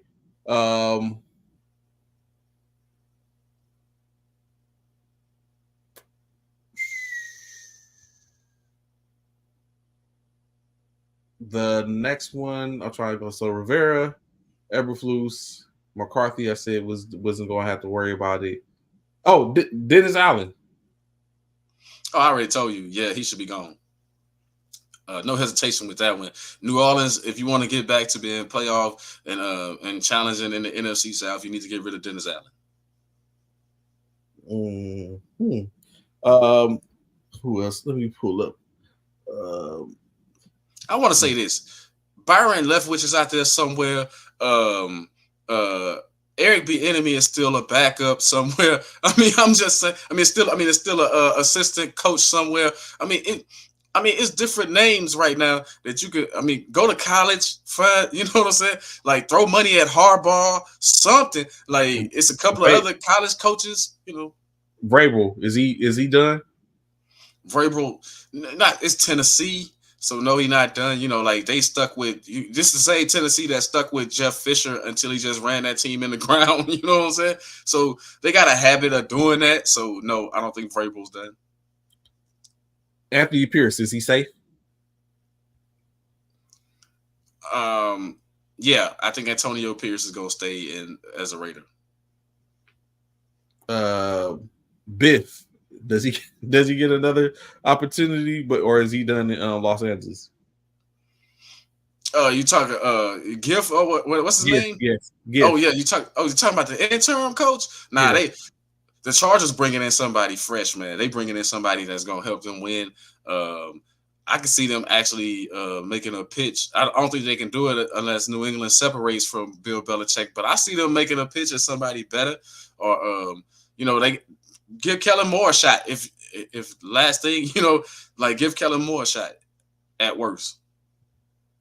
I think it was a couple more. Oh, Bill Belichick, is he done? No, you heard what Bill said. He's still under contract. I like Bill's attitude now. You wouldn't get this from Bill 5 years ago or 3 years ago, where he said he's willing to do whatever it takes to make it work. I still don't like his attitude overall, though. Like, Bill Belichick been the same dude for the most part. He hasn't evolved as a coach. You know what I'm saying? Like, even in the media, you see the way he talk. I think he needs to talk when they sit down. When he sit down with the crafts or whatever, the talk should be not just about loosening up your reins on your personnel or possibly bringing somebody in, but changing your attitude. Change your darn attitude, man. You had the same attitude too long. You saw as soon as Tom Brady left there, he was smiling, laughing. Tom Brady used to always seem so serious. The New England, and here's another thing. If you on that coaching staff, assistant coaches or whatever, all that different stuff, if you get an opportunity to go somewhere else and coach or assist and all that stuff, stop with all this the Patriot way stuff. It ain't even working in New England no more. Don't take that with you you know what I'm saying? Don't take that with you to your new destination. Leave that alone. He said Bill needs to head too. I know. That's what I want to say too, Trey, is that yes. Sean McVay last year admitted that he got tired already, and he ain't coached nearly as long as Bill Belichick. So you don't think Bill Belichick is a little tired from doing both, right? Like, think about that. Like, McVay haven't even been coaching as long, and he's much younger than Bill Belichick. But Belichick has been a GM and a head coach for how long? For you know what I'm saying? For a long time in New England, when you think about it, right? So it might be time to relinquish one of those duties. That's what I've been saying. It might be time to give up one of those because, yeah, dude, you got to be tired at this point. And admitting that you're tired. But he old school, right? We came from a different generation than the young people now. The leadership styles are different now. So he needs to switch that. So I agree with you, but just to play anti-advocate to what you were saying, you know how sometimes the older cats are more conditioned and they're better set for the long haul than the younger cats. So could that be a potential that Bill Belichick, like we talk about Bill Belichick's, the Tomlins, and all of them, they've been around for a while. So they're more conditioned for the long haulers of the seasons and stuff like that. Even when it comes to losing records, to get back in there as opposed to, like you say, McVay, he was looking at potentially retiring. We saw Peyton retire, although in my opinion, Peyton retired because he planned to do exactly what he did and come back to a different team once because it was just too much that was going on in state. He couldn't get along with his number one receiver. Drew Brees was leaving and everything. So I think Peyton left with the taking the year off, knowing that he was going to come back to the league, depending on what team needed a head coach when he got back, when he decided to come back. You see, Bill is like my grandpa. He's still cutting people's grass at 89 because he's scared to sit down. Bill lost with reliability, relatability. It's just for him to retire. They ain't getting better anytime soon. I just think Bill's problem is different. I think he needs to. I mean, I understand all that, Trey, but I think his thing is just admit that you're tired, man, and then you know what I'm saying. Then you can make some changes. I mean, I'm just saying, like, you ain't got to admit it to the media world. You ain't got to admit it to us, but we can definitely see that you tired. I mean, you know, that's what I'm saying. Bill had that same look on his face his whole career, pretty much, and. Man, now it's time to do something different. It's time to laugh a little bit, lay back a little bit. You know, like you got to change your style to fit the modern time. I think that the leaders of yesterday are fading out. You see that quick. They're going out quick. You need, you know, like either you're going to shift and change. You know, Tomlin, he getting it. He's starting to understand it, right? I was about to ask, what you think about season? You start throughout the season, he's switching.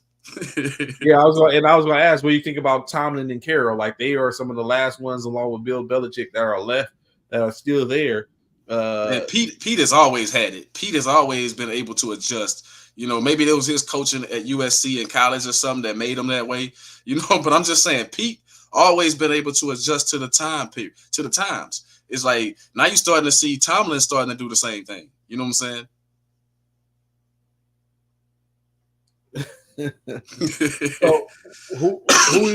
So where do you think, does Smith or Rivera get another chance? And on the upside of that, who do you think will be perfect fits going to Washington and Atlanta?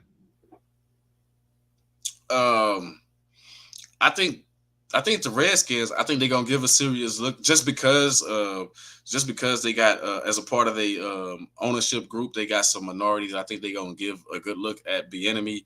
I think Bieniemy gonna get at least an interview before they make a decision. Well, you know what I'm saying? Because yeah. Well, what I'm saying is that they don't have to give it to him. They got to give it to somebody. You know, they can give it to somebody else. But yeah, all I'm saying, yeah.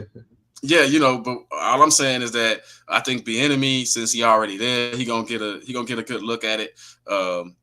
But I really think that I don't know, man. I think you got to go either you go younger, something outside of the box. If you the Commanders, what's the guy? I heard the guy named your guy was talking about him earlier too. The Ben Johnson guy, his name been mentioned a whole lot. It's just certain, you know, it's certain people that's mentioned a lot. I'm sorry. I disagree. So I said two teams, but in state there's 5 teams with head coaching positions open. We have the Chargers, the Raiders, now Atlanta, Washington, and the Panthers. Yes. So yes, so that, because I know we've been talking about, this person here, there in state is like these there's 5 teams that currently have positions open, to where we believe that Anthony Pierce is probably going to get the shot to stay on there, especially after what they did to Bisciotti the year before and kind of fell off in debacle. So we can presumably believe that when maybe think about the Kellen Moore situation. You said his name earlier. I started thinking about like, does Kellen Moore, Byron Leftwich, and Eric Bieniemy, who is people who we talked about, the Ben Johnson, which you just talked about, do any of them get an opportunity or, you know, saying a chance to finally put on the head coaching headset and lead a team, or do they continue to sit?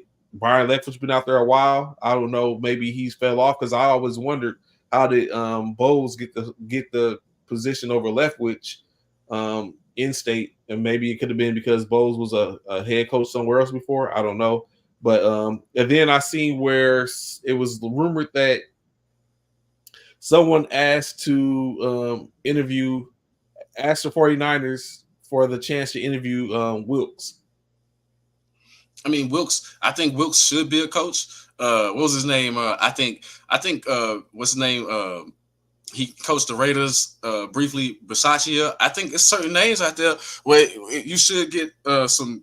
You know, you should get some attention, or you should at least get some interviews. It's a lot of coaches that should get some interviews. I'm starting to look at Aaron Glenn on the defensive side of the ball for the Detroit Lions, right? Like, you know, and actually, I know it's only been 1 year, but I started looking at whoever the offensive coordinator is down there in H-Town, phone might be ringing. You know what I'm saying? D'Amico Ryans might lose his offensive coordinator first year. I mean, I'm just saying, phone might be ringing. Just look out for that, because the league going to offense. You know what I'm saying? But I just think certain things are happening, and I think you're starting to see now. I still would like to see Byron Leftwich get a crack at head coaching, just to see what he could potentially be. But I do agree that if he is the head coach, he's gonna need a strong offensive coordinator, because that old school running the rock stuff ain't gonna cut it. You know, it ain't gonna cut it. So I think the only way it works is when everyone's thinking that it's just a passing league. So I think that's going to be the ability to have a running back. I think although they don't get used as they were years ago, it still makes sense to have a running back. That's why when you talk about Blake Corum, I think someone's going to get Corum. I don't know if he's going to go first round. I think he might go first round. I don't think he's going to go big top first round.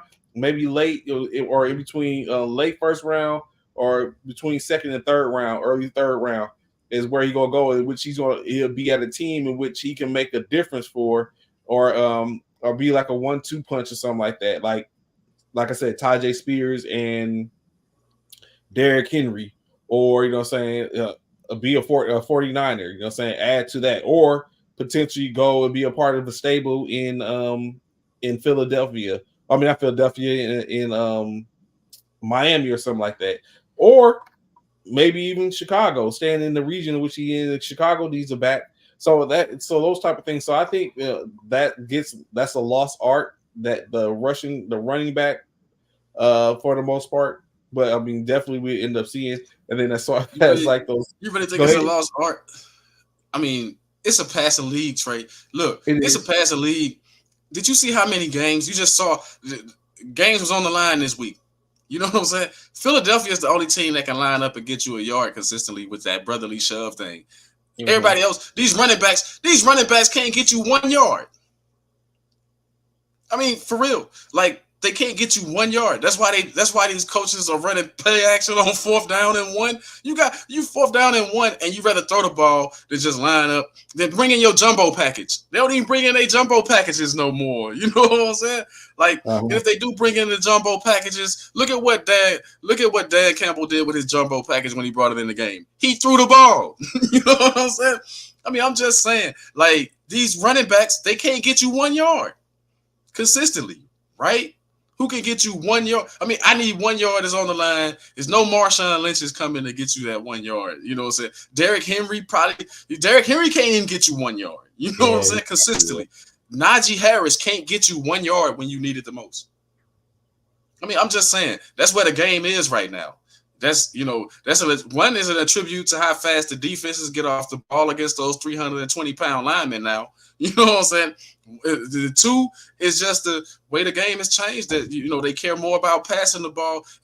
When your main thing is to pass protect, you ain't even developing your offensive linemen to run block. And it's because it's the pass protection. You I know what got I'm you. saying? Yeah, I see what you're saying. Everyone can't be Trent Williams, man. Everyone can't be Trent Williams.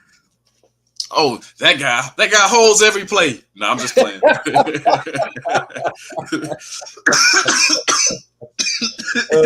But like you said, you gotta have elite line play. So we gotta be multitasking. We gotta be able to block, run block, and pass block all at the same time.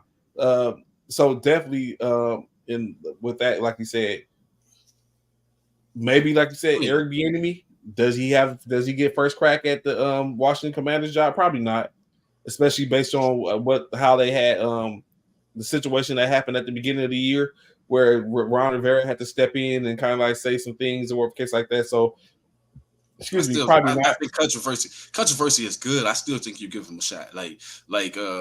You kept Jack Del Rio.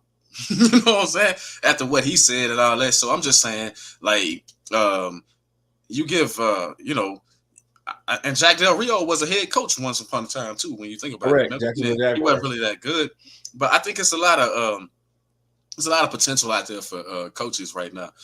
One coach you did mention that I think should be on the chopping block, and that's Robert Saleh for the New York Jets. Oh, really? 2 seasons, 7-10. And last year you had the offensive rookie of the year and the defensive rookie of the year. This year, y'all came back and did the same thing. Guess what? Aaron Rodgers is gonna be healthy next year, and y'all still gonna go 8-9. I mean, I'm just saying. So what I would say is Robert Saleh should be giving at least one more chance with Aaron Rodgers coming back. Because, like you said, yes, I saying we because I'm looking at him as a 49ers defensive coordinator. But yes, he did have the number one. He did have the offensive rookie in the offensive defensive and the offensive defense and the offensive rookie and the defensive rookie of the years he did have last year, right? But take into consideration his offensive rookie of the year was he was a receiver. He actually had 2, honestly, when you look at it. So that goes to say to their recruiting ability and their recruiting teams and their scouts team to say, okay, this is what we have. However, the scout teams failed when it came down to the quarterback. So if you put it in perspective, at least give them an opportunity with Aaron Rodgers is all I'm saying. But here's my thing. A good coach, man. I don't know how y'all look at good coaches these days. I just wonder what y'all philosophies are. Because a good coach could have done something with that Jets team. I mean, you could have done something with that team this year without Aaron Rodgers.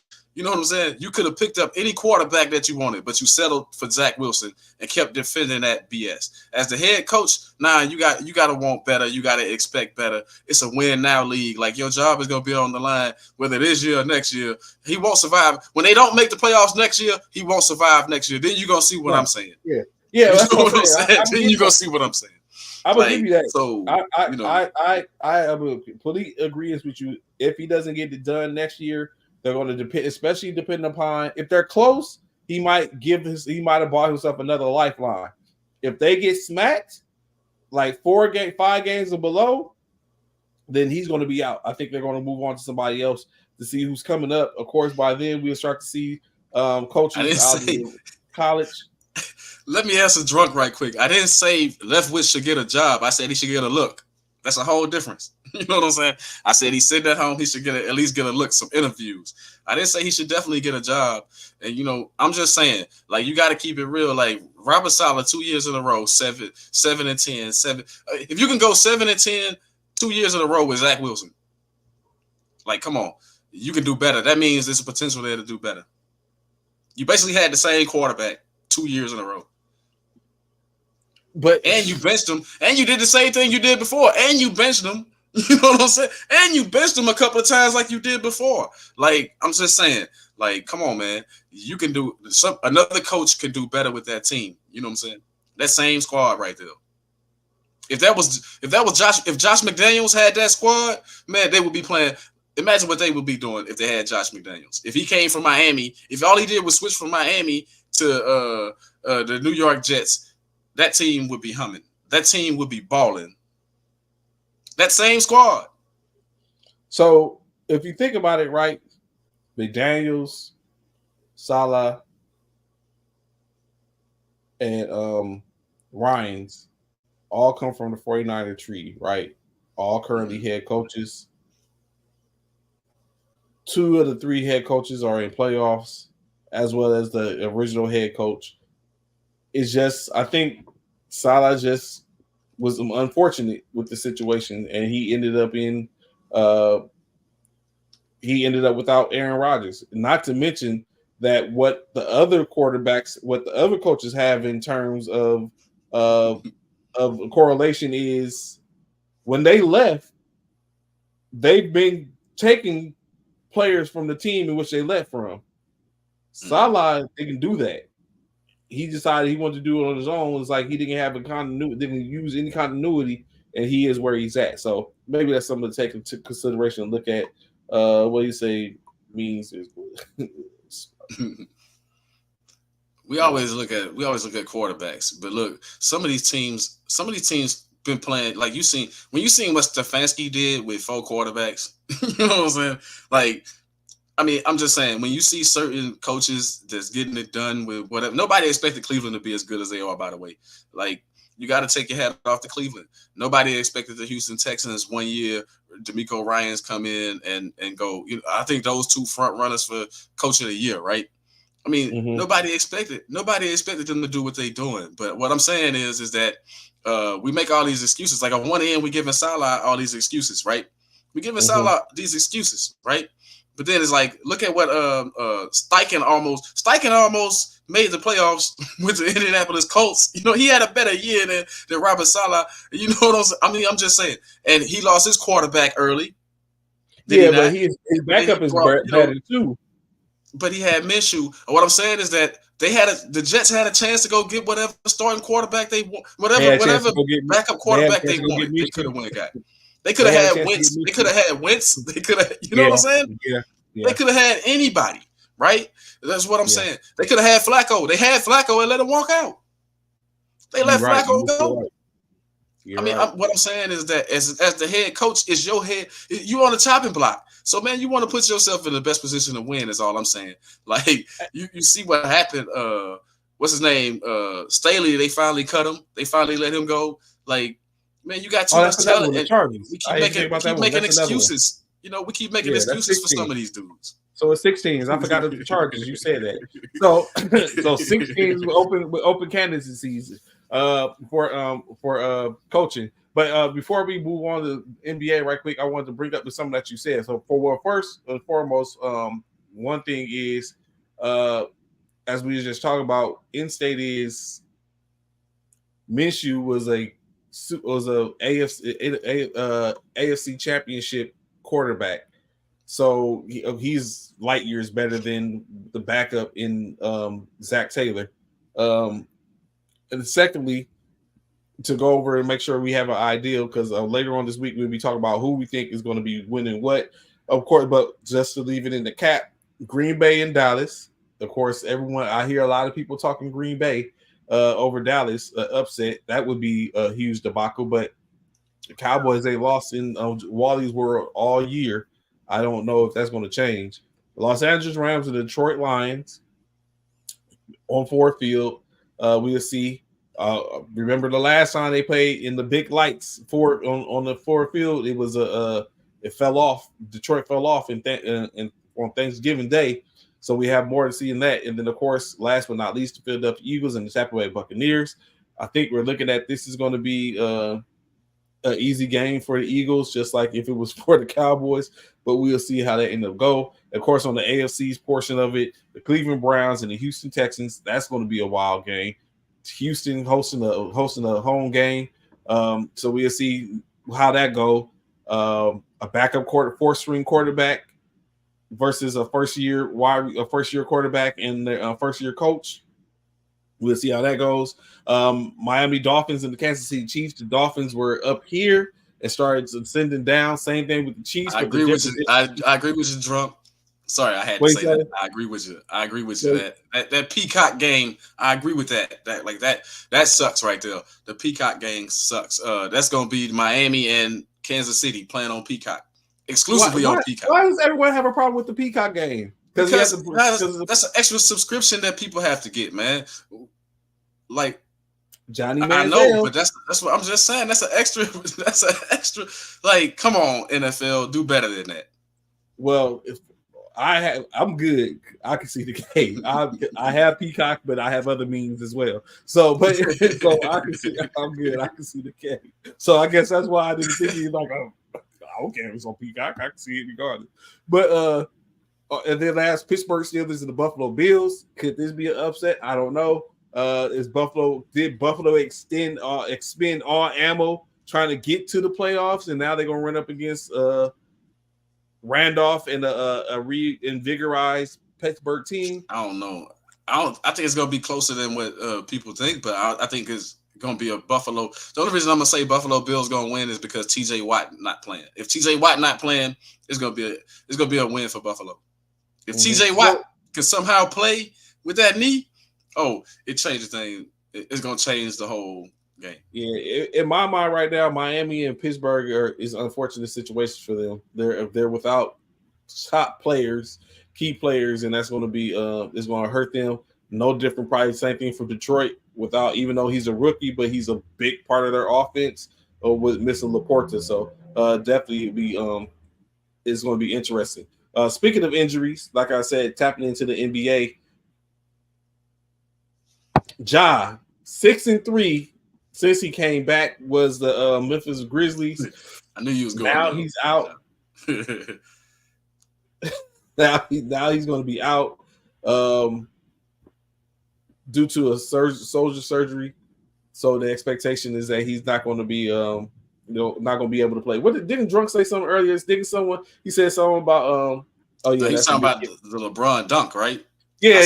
Talking about LeBron needs to be tested for the next 2 weeks. Stop playing, Drunk, man. So I think it was just LeBron caught up in that moment, man. That's a team. That's LA versus LA, and and we don't Clippers been dogging them recently, so it's like y'all ain't dogging us now. I think that's what that was. All that built up, and they're saying. But when I looked at it, it was funny. It's like they caught the glimpse. The cameras caught a glimpse of James Harden as he caught PG. That was one thing. But when I went back and looked at it, I was like, LeBron took off. Like that shouldn't have happened, basically. But I mean, almost some MJ the way he took off. Yeah, almost. He was pretty close, and that's probably why James Harden looked like, whoa, slow down.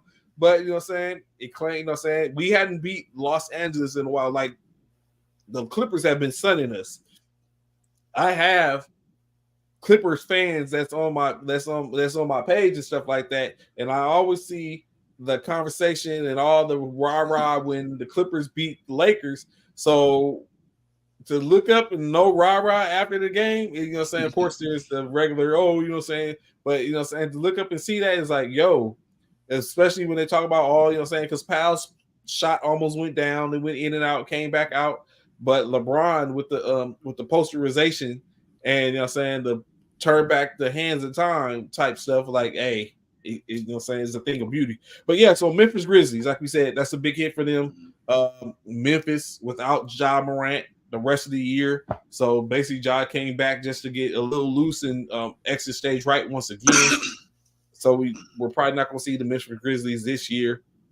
But you already know you're not. Like the Grizzlies going to have to regroup. Like this season was over when it started. Like with the 25-game suspension, they was in the hole already, man. It's like I like Ja Morant. I think when he went Memphis, they instant competitors, contenders. I wouldn't say where they can compete. I don't know if they contenders, but they at least second round with the squad that they got now. They at least second round. So now that the reinstatement, as Ja's going out this time due to injury, the reinstatement of Draymond Green, he's back and expected to play. Although that has came with some things because he said he felt a certain type of way because his ace, you know what I'm saying, his brother uh Kevin Durant had said something in which he took in a negative canter, in which he was kind of like, he said he was a little upset about that if you checked out the Draymond Green Show podcast. But then he said he came to grips and realized that it wasn't meant in a negative light and that he had to recognize that. So Draymond Green coming back, is that good for basketball, good for the Warriors, or should he have did what he was thinking of and retire, as he would say? Commissioner Adam Silver talked him out of it. He can retire after this season, after they don't go anywhere. If they make the playoffs, they might not even make the playoffs, but you're gonna be at home early anyway. You're gonna have plenty of time to, to revisit that whole retire thing, Draymond. Come on back, finish out the, let's see, quote unquote, if 12 games is enough to help you switch a little bit this time. Like I said, I think he's gonna be all right as far as he won't get. He'll still get technicals, but he won't, he won't get suspended again for this season. At least I don't think. He won't lose his temper like he's done before. I don't think so. But at the same time, man, who cares? Like, the Warriors don't even look that good this year. I believe the Lakers don't look that good this year either. They don't either. But we talking Draymond and the Warriors right now, so they don't even look that good. Like, and not CP. Your boy Chris Paul hurt. Yeah, he out 4 to 6 weeks. I mean, I'm just saying they don't even look that good. And that's. They need to make a trade. Like, if you could trade and make a good trade right now, that'd be good for the Warriors. I don't know who you would get on that squad, but you got to do something. So it's time to break the core up. Send Clay and Draymond somewhere. Bring back some capital. If you could make a deal with Toronto, get Siakam. Siakam's my guy, man. I'm telling you, he need to get out of Toronto, go somewhere where it's about winning again, so he can feel good again. So Siakam somewhere. Maybe you get him. Maybe you make that move. I think he'll help you at Golden State. Which the trade deadline is approaching as we get closer and closer. A couple of weeks from the NBA All-Star game, and then the deadline just after that. I don't know if there's going to be any more splashes or anything's going to be done in between that time frame. Last year, of course, we talked about the Lakers. They had the biggest splash with free agency, kind of like clean up things in their house to where it put them in position to be in the Western Conference Championship game. Not really a big splash in free agency after that. So now, of course, looking at it, I don't think they're going to repeat that, but it's definitely some things that they looked at. I know some of the stuff that comes up is the Dejounte Murray keeps on coming up, that conversation, in which there's no ideal. There's definitely ideal that they would have to move on from Austin Reeves if they done that. But I mean, maybe trading up IQ for athleticism, but to me, it still doesn't answer the question on shooting. We need shooting. But I mean, we're here talking, and Darvin Ham. You need to get rid of Darvin Ham, and then you'll be all right. That's all I'm saying. So I think Darvin Ham was brought in, even though they had Vogel, which was the same thing, was brought in to defense. Like, defense win ball games, no matter where you're at. Defense wins ball games, but you have to have people that have to commit to that. Like last year, I think they did to an extent commit to the defensive mindset. But that's the biggest thing. Like, you have to commit to that. And like you said, I think you said it the other day, if you don't have players that are committing to that, then it makes no sense to have the players or to have the coach. Like, someone has to give. Even the players got to go or the coach got to go. So you can sit up and mesh together. And let's just keep it real. He just keep trying these dudes. I don't know. It's like, man, like I said, he won't even shorten the rotation, man. You got to give that a try. Like you got to go out guns blazing. Like playing all 12 dudes is not working for you. So if it's not back-to-back nights, you playing every other night. So, man, like, shorten up your rotation. Go after it. Like, you got to start playing like it's playoff games. What you gonna do? Wait till after the All-Star break to do that, and then potentially be out of it. You know what I'm saying? Like you barely staying afloat right now. Like, you got to do a little bit more. Is all I'm saying. That's all I'm saying, is that right now, an 8-man rotation. Give me your best 8 right now. Well, he says that he continues to do rotation because they're not healthy, and they're always losing players and stuff like that. And of course, we know There's a few. Vincent, he still is out currently, so that's one of the reasons why he states that of his rotation. But Trey, speaking of, you're an Army man. When the last time excuses made it? Would your, you know what I'm saying? Would your commanding officer take those excuses? You know better than that, soldier. Like, you know better than that. wrong answer, Sergeant. so, I mean, but let's look at this. You was just talking about being not having or someone being less of the Bucks without Dame Lillard. 5 games, down 4 of those 5 games. Do you think this becomes when you start to build that chemistry and that chemistry is winning? When you remove that, then you remove the thought of how I win now. Is this what that does a reflection of? Well, yeah, like for the Bucks right now is for any team right now, man. When you start trying to build chemistry and then that chemistry get knocked off a little bit, people get injured. It's gonna take you a minute to get that back. But I think the Bucks will be fine. Like in the Bucks in particular, they're gonna be fine. Depends on how long Lillard gonna be out, when he can come back. But I think they'll be fine because we've seen it with them before. I think the biggest thing with the Bucks is Giannis can't go down like he did last year in the playoffs. Like, you need to figure out a way to keep him healthy. And I wanted to mention this before we get out, before we leave and stuff. Like, remember the last time we was on the show, we talked briefly about the players, talking about should they switch to 82 game schedule and all that. And I said, nah, they should switch to 82 game schedule. I was looking at it's funny that we mentioned that. I brought that up because I've been looking at other stuff and all these former players and all this other stuff, and the players currently saying, yeah, they should probably change the 82 game schedule. And they point out injuries, they point out different reasons, the back-to-backs on the schedule and stuff like that. But my pushback against that is, and then when somebody like us or fans or somebody that never played the game got something to say about it, saying, man, hey, man, you making more than enough money. They paying you for 82 games. Why you can't play 82 games or come close to it and all that different stuff, right? Then they say, oh, because the average person got to go to work every day. You know what I'm saying? Like, you playing basketball 3-4 days a week, man. 4 days max in a week. You know what I'm saying? Very rarely is it 5 days in a week. You playing 4 days a week. In a 7-day week, you playing 3 days a week pretty much. And you mean to tell me that's too much of a workload? I mean, I really don't understand it. You know what I'm saying? That's too much of a workload for modern day society, for modern day players, I should say. Like, how is that possible? I wonder if we go back in like time, has it always been a conversation about the 82 game season? Like, it's been 82 games for a while. Has it always been the rhetoric, or where did it start being a problem at for an 82 game season? Only the past decade, right? Like, that's where you're seeing the most load management, the complaining, because good coaches always never let it affect them. You got to think when teams, like the teams that was building dynasties and stuff, even Golden State, right?